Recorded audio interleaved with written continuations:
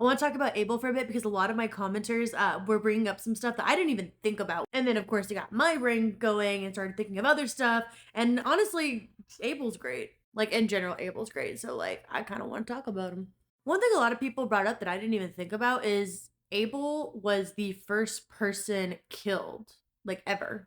And some people even pointed out that he probably already has a lot of anxiety going to hell anyway because he's worried he might run into Cain, which yeah, I would be worried too. For those of y'all unfamiliar with like biblical stories, Adam had two sons, Cain and Abel, and Cain ended up killing Abel. So some people pointing out that he probably has a lot of anxiety to go back and potentially come face to face with his brother and his killer, which probably isn't helping with the whole entire situation here. And then it got me thinking, well, on that note, because yes, Adam was the first man created, Abel was the first human in heaven.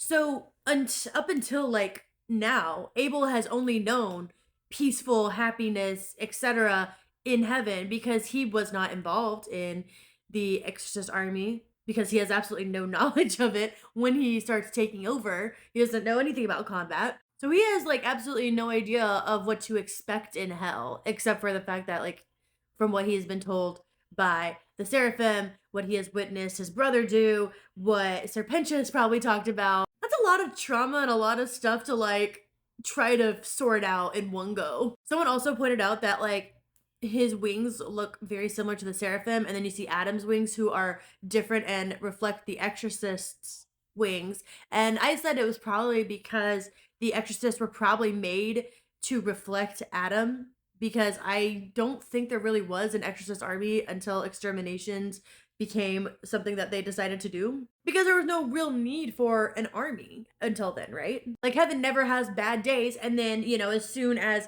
people in hell start getting higher in numbers and population becomes a big issue and the potential of them uprising starts increasing, now we have a threat, now we need an army, right?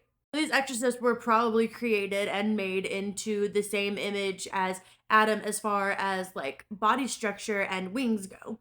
And what a good chunk of the comments were in my YouTube video, which it didn't click with me for whatever reason, but in this scene when he finally like decides to stop Luke, he says, "Let me stop you right there," which is the first line that Adam sings when he sings "Hell is Forever." Fun little correlation there that I didn't notice, so thank you guys for that.